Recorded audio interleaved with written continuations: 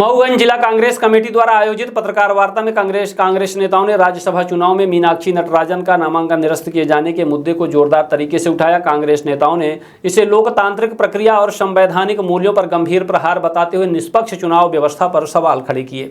जिला कांग्रेस कमेटी अध्यक्ष हरिलाल कोल की अध्यक्षता में आयोजित इस पत्रकार वार्ता में कांग्रेस प्रभारी मसूद, पूर्व विधायक सुखेंद्र सिंह बन्ना, जिला युवक कांग्रेस अध्यक्ष आशुतोष तिवारी सहित पार्टी के कई पदाधिकारी मौजूद रहे।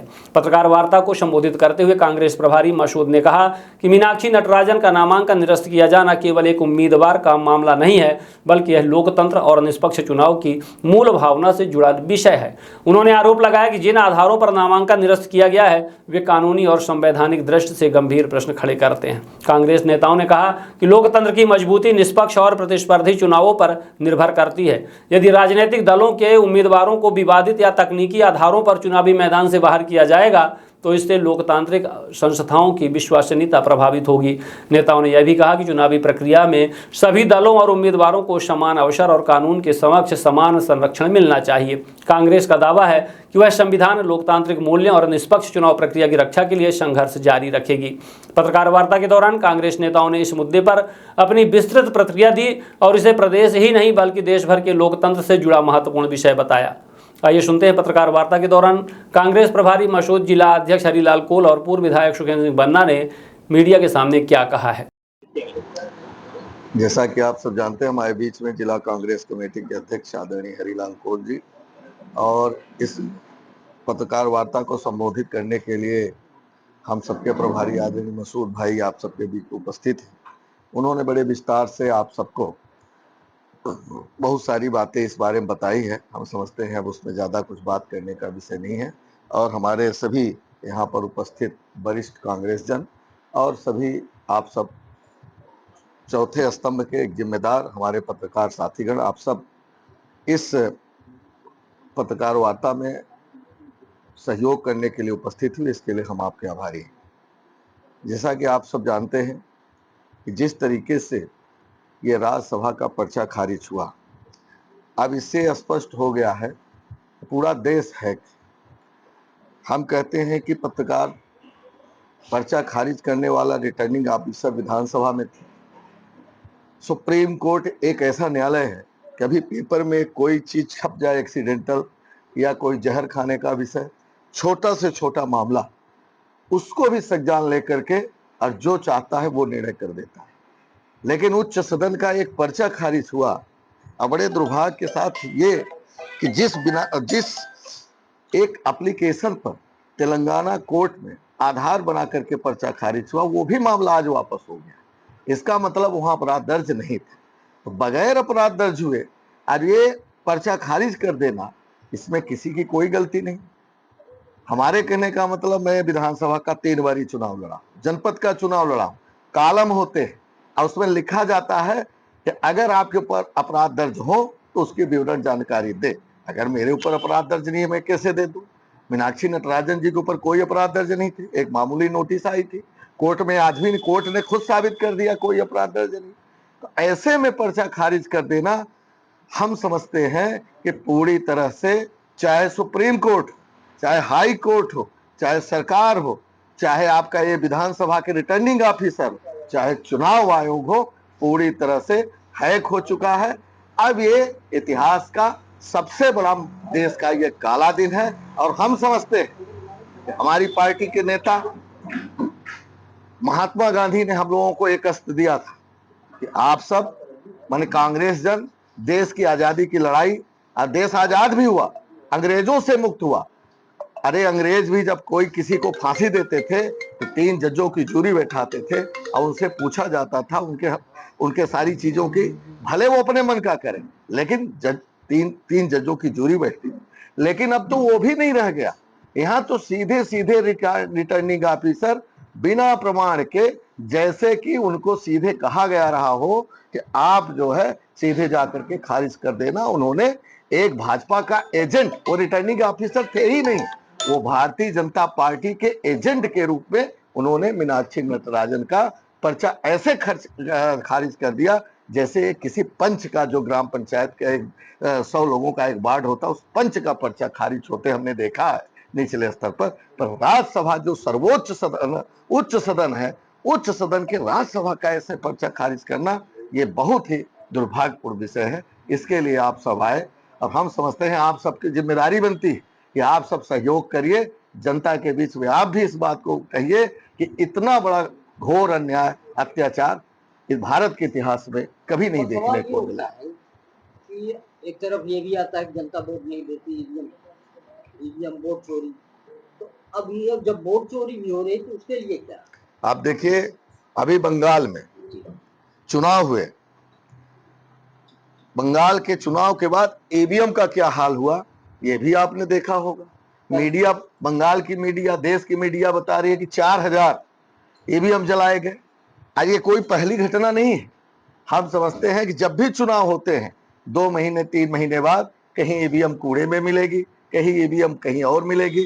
तो ईवीएम की बात तो हम आपसे पहले भी कहते आए हैं कि यह चुनाव देश का हो चाहे प्रदेश का हो, जो सरकारें हैं सब ईवीएम से बन रही है। ईवीएम भी है तो ईवीएम है, वोट चोरी है। अब तो सीधे सीधे अगर ईवीएम से नहीं होगा तो हम पर्चे खारिज करा देंगे और कोई कुछ न कर पाएगा। ये स्थिति अब बन चुकी है। विकल्प क्या बचता है देश? अब देखिए इसमें विकल्प तो एक ही है कि जब देश आजादी की लड़ाई लड़ी जा रही थी उस टाइम 2 ध्रुव चल रहे थे।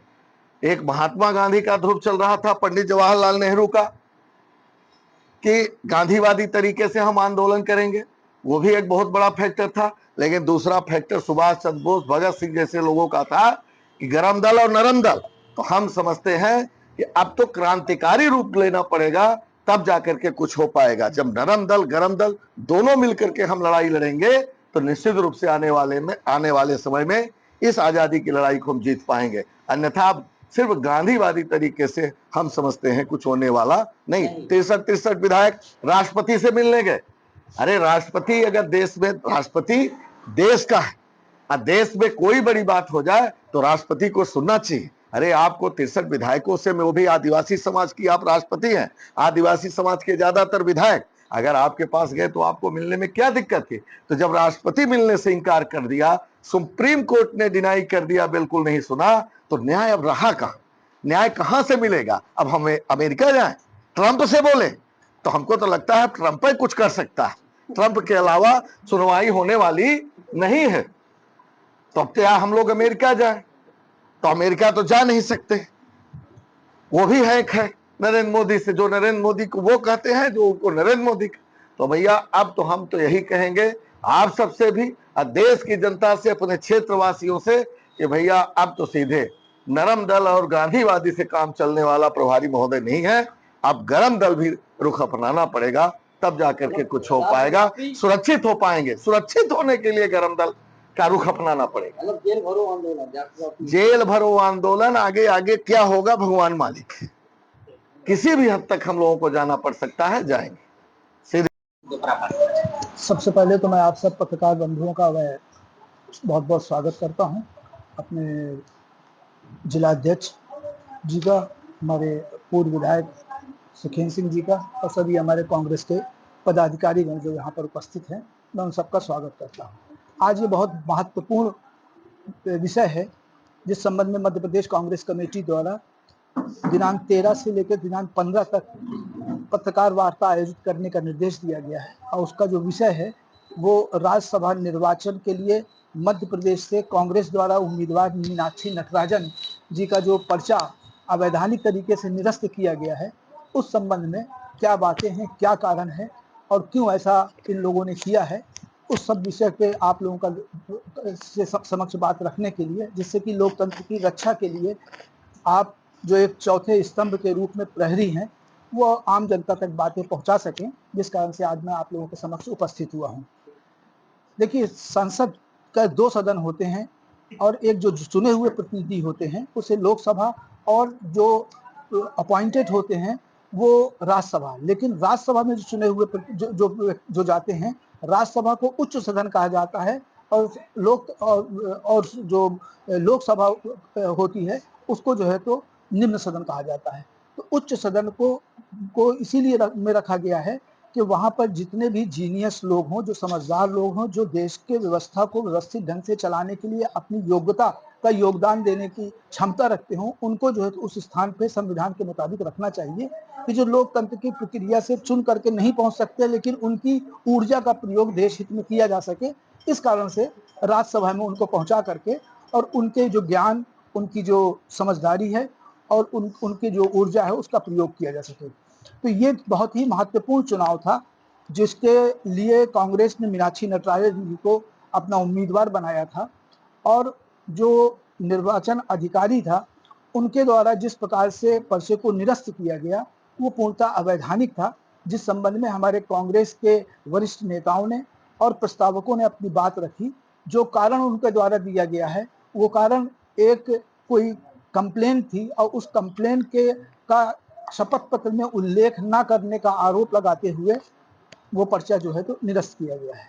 वास्तविकता ये है कि एक प्राइवेट कंप्लेन उनके विरुद्ध दायर की गई और उस पर कारण ये भी बताया गया था कि किसी व्यक्ति के खिलाफ उन्होंने कोई अपराध किया होगा, एक प्रकरण पंजीबद्ध किया गया था और उस प्रकरण पंजीबद्ध करने के बाद संबंधित फरियादिया को संतोष नहीं हुआ था कि उसको जो धारा के तहत पंजीबद्ध होना चाहिए हुआ या नहीं, तो उसने अलग अलग जगहों पर एक आवेदन पत्र दिया, अपनी गुहार लगाई और उसी संबंध में एक आवेदन पत्र, चूंकि नटराजन जी वहां की प्रभारी थी, एक आवेदन पत्र दिया था कि अमुक व्यक्ति के द्वारा अपराध किया गया है, उस संबंध में कार्रवाई सख्त सख्त कराई जाए। उस आवेदन पत्र में किसी प्रकार का कोई कार्रवाई करने के लिए वो क्षमता तो रखती नहीं थी, इसलिए कोई एडमिनिस्ट्रेटिव ऑफिसर रही नहीं, तो उसका आरोप ये लगाया गया और उसने एक अलग से इस्तगासा फाइल किया जिसमें इनके ऊपर आरोप लगाया कि मैंने इनको आवेदन पत्र दिया, इन्होंने उसमें कोई कार्रवाई नहीं किया। उस इस्तगासे के आधार पर यहाँ पर कार्रवाई की।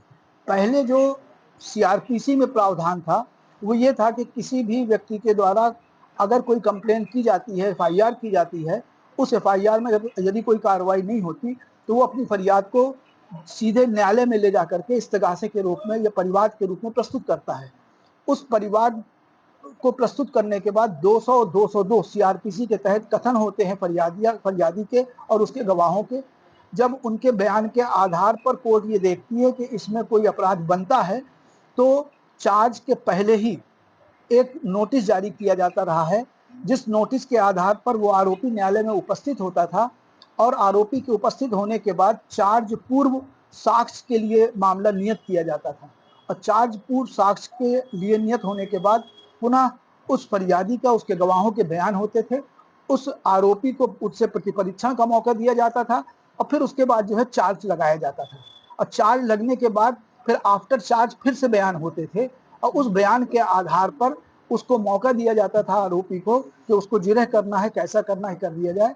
फिर उसके बाद जो है तो मुलजिम बयान हो के बाद सफाई साक्ष्य होती थी, फिर फाइनल आर्गूमेंट होकर के जजमेंट होता था।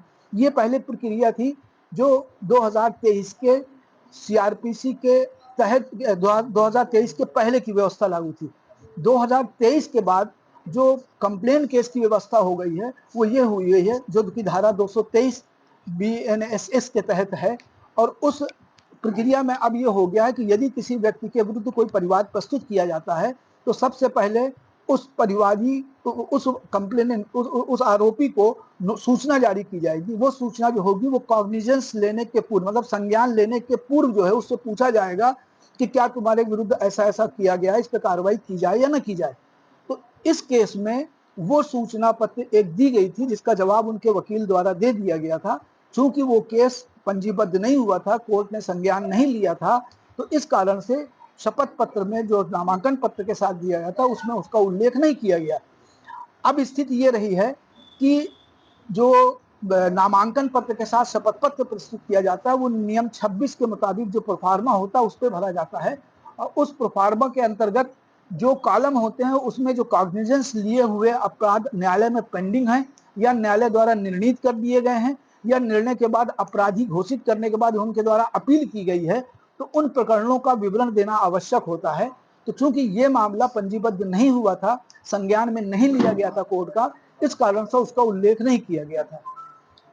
तो शपथ पत्र में इस कमी को बताते हुए उन्होंने फार्म रिजेक्ट किया जो पूर्णतः प्रक्रिया के विरुद्ध था। लेकिन भारतीय जनता पार्टी के दबाव में और राज्यसभा की जो उनकी सदस्य संख्या कम है उसको किस प्रकार से भर्ती किया जाए, तो उनके द्वारा जिस प्रकार से कार्रवाई की गई है वो खुला संविधान के नियमों का उल्लंघन है। रिप्रेजेंटेटिव ऑफ पीपुल्स एक्ट के तहत जो है उसको वो भी उल्लंघन किया है। तीसरी चीज, जो रिटर्निंग ऑफिसर्स को निर्देश दिए जाते हैं कि यदि कोई शपथ पत्र में कोई कमी है या गड़बड़ी है तो उसको सबसे पहले सरसरी तौर से देखना चाहिए, यदि कोई कमी हो तो उसको पूर्ति करने के लिए भी देना चाहिए, ऐसा नियम है। लेकिन यहाँ पर न तो रिटर्निंग ऑफिसर ने अपनी कोई शंका को दूर करने के लिए उस आवेदक को जो उम्मीदवार था उसको बुलाया, न उसको किसी प्रकार का मौका दिया। यदि वो मौका दिया जाता तो संभवतः ये सब चीजें ना होती, लेकिन चूंकि वो दबाव में थे भारतीय जनता पार्टी के और सरकार के यहाँ जो है वही उसके दबाव में थे, इस कारण से उनके द्वारा नहीं किया गया और जो फॉर्म रिजेक्ट किया गया उस पर सुनवाई के लिए भी कोई तैयार नहीं हुआ। यहाँ तक कि चुनाव आयोग में भी कांग्रेस के हमारे वरिष्ठ लोग गए, हमने पिटीशन भी वहां पर फाइल की गई थी। उस पिटीशन को भी सुनवाई से सुप्रीम कोर्ट ने जो निर्णय, इसलिए पहले तो सुनवाई की जब डेट बोल रहे थे अर्जेंसी सुन लिया जाए, लेकिन कोर्ट ने सुनने से मना करके नेक्स्ट डेट दिया उन्होंने और फ्राइडे को जो सुनवाई के लिए रखा उस समय तक इन्होंने अपनी जो है तो निर्णय पारित कर दिया था और प्रत्याशियों को जो है तो वहां का सांसद घोषित कर दिया था। इन सब परिस्थितियों के कारण अब कांग्रेस के लिए जो रास्ता है वो निर्वाचन आयोग का है। लेकिन आज जैसी सूचना प्राप्त हुई है कि जिस कंप्लेनेंट ने वो कंप्लेन फाइल की थी उसे मजिस्ट्रेट से वापस ले लिया गया और न्यायालय ने उसे वापस करते हुए कह दिया है कि हमारे अधिकार क्षेत्र में ये नहीं आया है। इस तरह से वो कंप्लेंट भी जिसका आधार लेकर के पर्चा निरस्त किया है, जिसपे कॉग्निजेंस कोर्ट ने भी नहीं लिया था, जिसका कोई अस्तित्व नहीं था और जिस अस्तित्व विहीन कारण के फॉर्म रिजेक्ट किया गया है, तो वो आदेश अपने आप में दूषित आदेश है। तो यदि आवश्यक हुआ तो पुनः विचार के लिए चुनाव आयोग के पास भी पार्टी जा सकती है या सीधे सुप्रीम हाई कोर्ट भी जा सकती है या सुप्रीम कोर्ट भी जा सकती है। अगला कदम आपका क्या होगा? जिससे माननीय सुप्रीम कोर्ट ने आपकी याचिका खारिज कर दी और निर्वाचन आयोग आपकी बातों को नहीं सुन रहा है, तो कांग्रेस क्या करेगी?